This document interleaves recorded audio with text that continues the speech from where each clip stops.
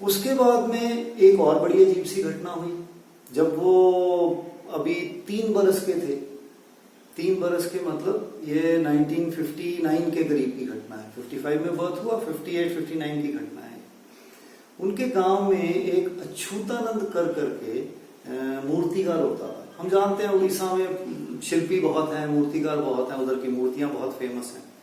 तो वहां वो मूर्तिकार था अछूतानंद कर। वो इतनी खूबसूरत मिट्टी की मूर्तियां बनाता होता था, किसकी, देवी की, देवताओं की, उनकी मूर्तियां बनाता होता था कि वो जीवंत लगती थी, मतलब बिल्कुल जैसे दे आर लाइवली, इतनी उनमें जान डाल देता था, मूर्ति इतनी दिल से बनाता था। तो वो एक बार क्या हुआ, ये इनका जो गांव का मुखिया था झरी जैना के घर वो आए हुए थे किसी, उन्होंने हर साल आते थे, वहां पूजा वूजा होती थी, तो वो एक मूर्ति बना के जाते होते थे। तो उस साल भी वो मूर्ति बनाने आए हुए थे, मूर्ति बना रहे थे। अभी ये ठाकुर जी 3 साल के हैं, इनके पिताजी यदुनाथ इनको बच्चे को लेके गोद में वहां पे पहुंचे। अब वहां पहुंचे तो आगे पीछे तो प्रभु जी रोते ही नहीं थे, बहुत कम रोते थे। अब वहां पहुंचे तो प्रभु जी ने रोना शुरू कर दिया। अब रोना शुरू कर दिया तो उस समय वो जो मूर्तिकार थे वो मूर्ति की आंखें बना रहे थे, और आंखों से ही हमें जीवंत लगती है। तो उनकी जब आंखें बना रहे थे, उनका ध्यान भंग हो गया। उनका ध्यान भंग हुआ तो उन्होंने गुस्से से उधर देखा, उनकी तरफ देखा तो पता नहीं उनको क्या दर्शन हुए या उन्होंने क्या देखा। वो आ गए उसके पास, आके बच्चे को गोद में पकड़ लिया और उसे सीधा सीधा क्या कहा, उसे कहा, केशव मैं तेरे को पहचान गया, तू मेरे को और नहीं ठग सकता, तुम मेरे को मंत्र दो, मैं तुम्हें कितने युगों से ढूंढ रहा हूं, तुम मेरे को मंत्र दो। 3 साल के बच्चे को उन्होंने कहा। और उसके बाद में क्या हुआ, उन्होंने जो आपस में वार्तालाप करी, ये बातें तो बाद में पता लगी हैं, क्योंकि ये बातें बाद में हमें एक जो उनके साथ प्रभु जी के साथ पहले आचार्य थे विभूति भूषण आचार्य, उनके माध्यम से ये घटनाएं पता लगी। बट उस समय लोगों ने क्या देखा कि इनकी वार्तालाप कुछ हुई और इन्होंने क्या किया, अच्युतानंद कर, ये ब्राह्मण थे, इन्होंने वहीं पे अपना जनेऊ भी तोड़ा और वहीं पे छोड़ के सब कुछ छोड़ छाड़ के ये नंगे साधु बन के घर बार छोड़ के चले गए तपस्या करने। लोगों ने सिर्फ इतना देखा। इसकी घटना जैसे मैंने आपको बताया, पीछे क्या था, पीछे उन्होंने बकायदा ठाकुर जी से मंत्र मांगा जो उन्होंने दिया, और उन्होंने ही कंडीशंस रखी कि तुम्हें मेरी 4 शर्तें माननी पड़ेंगी, जो जैसे मैंने कहा, जो मेरे को बाद में पता लगी, जो ऑफ कोर्स इसी किताब में दे रखी है केशवामृत में। तो वो मेरे को बहुत बाद में, अभी 2018 में जब मैंने इसकी करनी शुरू करी, लिखनी शुरू करी किताब, तब पता लगी। बिकॉज विभूति भूषण आचार्य के माध्यम से, बिकॉज वो बहुत साल अच्युतानंद कर के साथ बाद में हवन और यज्ञ करवाते थे। उस दौरान उनसे 3 साल वो प्रभु जी के साथ भी रहे, 92 से 95 तक, और उसी साल वो उनके साथ अच्युतानंद कर भी जीवित थे, उनके साथ यज्ञ कराने जाते थे। वहां उन्होंने ये कथा उनके माध्यम से सुनी, अच्युतानंद कर से डायरेक्ट सुनी उन्होंने, क्योंकि तब तक वो अपने साधु बने हुए थे। तो ये तो उससे बहुत पहले की घटना बता रहा हूं।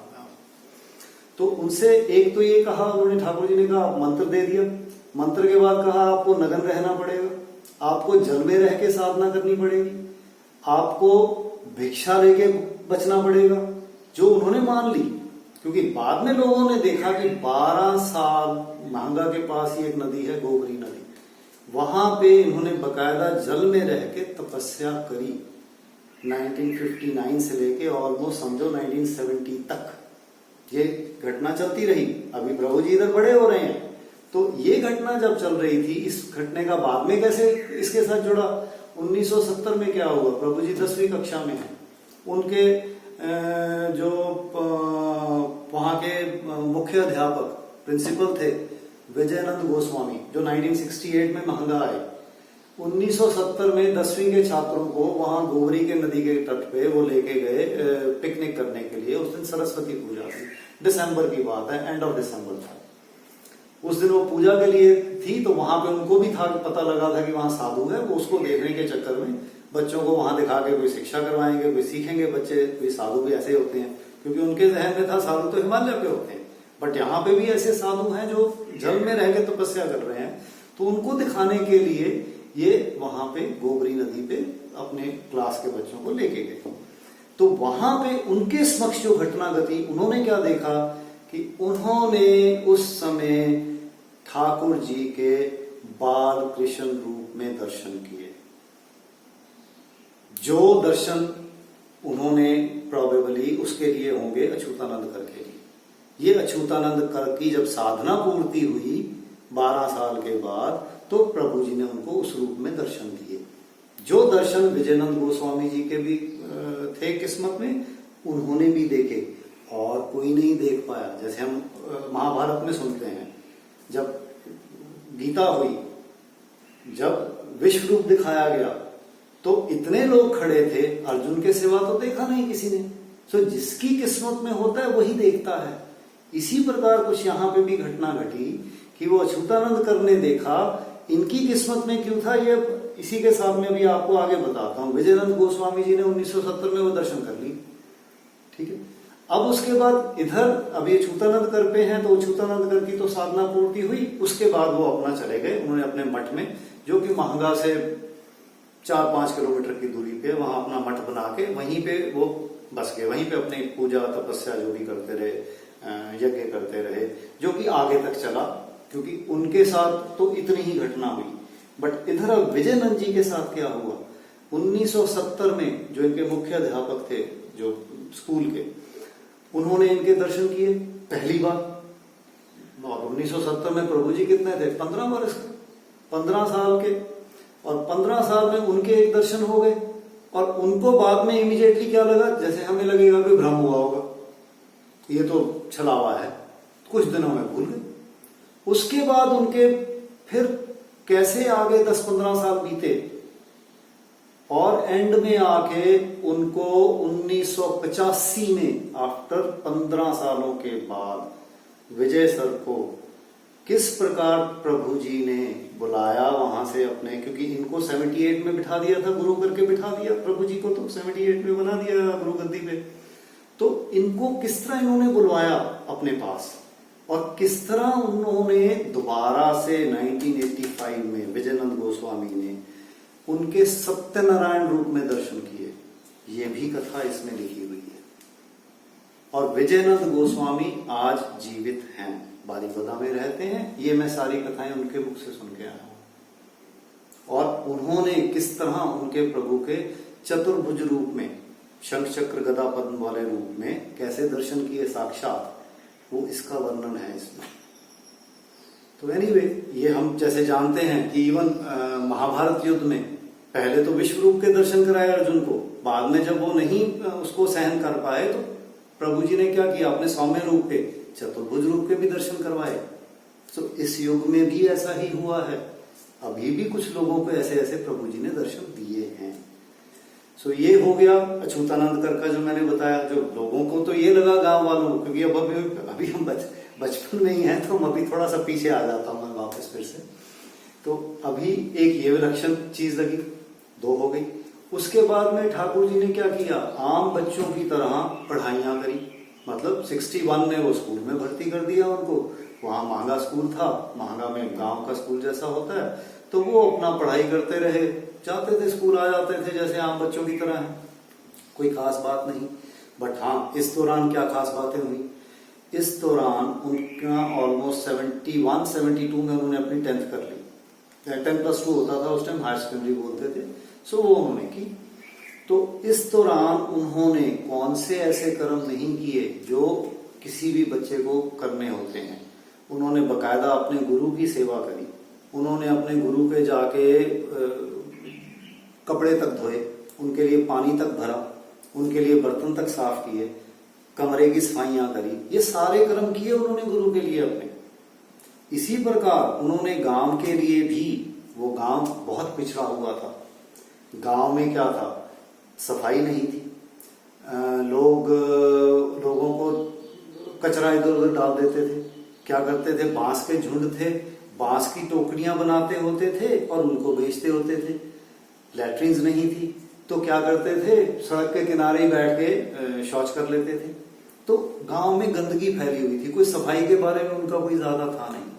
तो अब प्रभु जी ने कब से 1967 जब 12 साल के थे, 12-13 साल के थे, तब से उन्होंने एक किस्म से गांव में अपने साथ के बच्चों को लेके युवा टोली बना के गांव में सफाई अभियान शुरू किया। खुद अपने आप टोकरियों में गंदगियां उठा के बाहर फेंक के आए, बच्चों को एजुकेट करने की कोशिश करी, बड़ों को बताने की कोशिश करी कि हम सब, हमारी सामूहिक उन्नति कैसे होगी, हम सफाई से रहेंगे तो हम कैसे अच्छी तरह से रह सकते हैं। इस तरह की बातें उन्होंने समझानी शुरू करी। और इस तरह करते करते ऑब्वियसली क्या होना था, वो धीरे धीरे एक किस्म से सबके लीडर जैसे बन गए। गांव वालों के भी अभी अपने से हो गए, गांव वालों के भी अपने हो गए, अपने बच्चों के भी लीडर बन गए। तो इस तरह करके उन्होंने अपने पहले कहेंगे हम 20-22 साल इस तरह करके बिताए। उसमें कोई खास, हम कहेंगे कोई खास विशेष तो है नहीं, बट कोई ऐसा कर्म नहीं है जो उन्होंने ना किया हो। जो उन्होंने बाद में चरम में वाणी भी दी है कि किसी कर्म को भी निकृष्ट मत समझना, छोटा मत समझना। झाड़ू लगाने से लेके बर्तन साफ करने तक सभी कर्मों को उसकी सेवा मानो, जो उन्होंने स्पष्ट करके दिखाया, किया भी। तो इस तरह की कुछ अजीब अजीब घटनाएं थोड़ी साथ साथ चलती रही। जैसे एक अछूतानंद कर थे, और कितने साधुओं को दर्शन दिए, कितने लोग उनके पास आके क्या क्या लेके जाते थे, वो सब इसमें वर्णन है। और एक और अजीब बात हुई थी, जब वो अभी तीसरी कक्षा में थे, तीसरी कक्षा में मतलब मुश्किल से 8-9 बरस के होंगे, वो बैठ के मतलब एक जगह पे बैठ के ऐसे लिखते होते थे। अब लिखते क्या होते थे, किसी को कुछ नहीं पता था क्या लिख रहे हैं, बट उस समय उन्होंने चरम लिखना शुरू कर दिया था। चरम जिसका मैंने आपको जिक्र किया, जो ये है। और इसमें जो ज्ञान है, उन्होंने कल्प मीमांसा, चरम में आए हुए इस तरह के चैप्टर हैं, जननी जठर जरायु, जो उनके हाथ से लिखे हुए हैं, तुम्हारा कल्याण हो, जो उनके हाथ से लिखे हुए हैं, वो सारे उन्होंने तब से लिखने शुरू कर दिए। और वो जाके, हालांकि चरम प्रकाशन तो हुआ पहला 93 में, बहुत सालों बाद, बट लिखना उन्होंने तब से शुरू कर दिया। तो इस तरह की कुछ अजीब अजीब घटनाएं चली उनके साथ। बट इसके अलावा अगर हम कहें कि कोई और चीज हुई तो कोई ऐसी खास नहीं। तो इस वजह से लोग क्या मानते थे, लोग कहते थे ये बहुत आदर्श बच्चा है, बहुत संस्कारित है, जैसे हम कहेंगे। और इस तरह के हमें बच्चे बहुत मिल जाते हैं, ये तो नहीं कि नहीं मिलते हैं। तो प्रभु जी का भी जीवन पहले कुछ साल ऐसे ही गया। तो अब इसके बाद में क्या हुआ कि इसके बाद में ये तो चला गया 1976 तक तकरीबन ऐसे रहा। उसके बाद में एक के बाद एक क्या घटनाएं हुई, इसका जिक्र मैं अभी आपसे थोड़ी देर बाद करता हूं। तो अभी के लिए, आज के लिए इतना ही। उसमें मैं ये कहूंगा एक एक करके साल के अंदर क्या हुआ, वो घटनाएं मैं अभी आपसे अगले वीडियो में चर्चा करता हूं, जिसके साथ ही उन्हें गुरु गद्दू पे बिठाया गया। तो तब तक थोड़ी देर के लिए मैं रुकता हूं।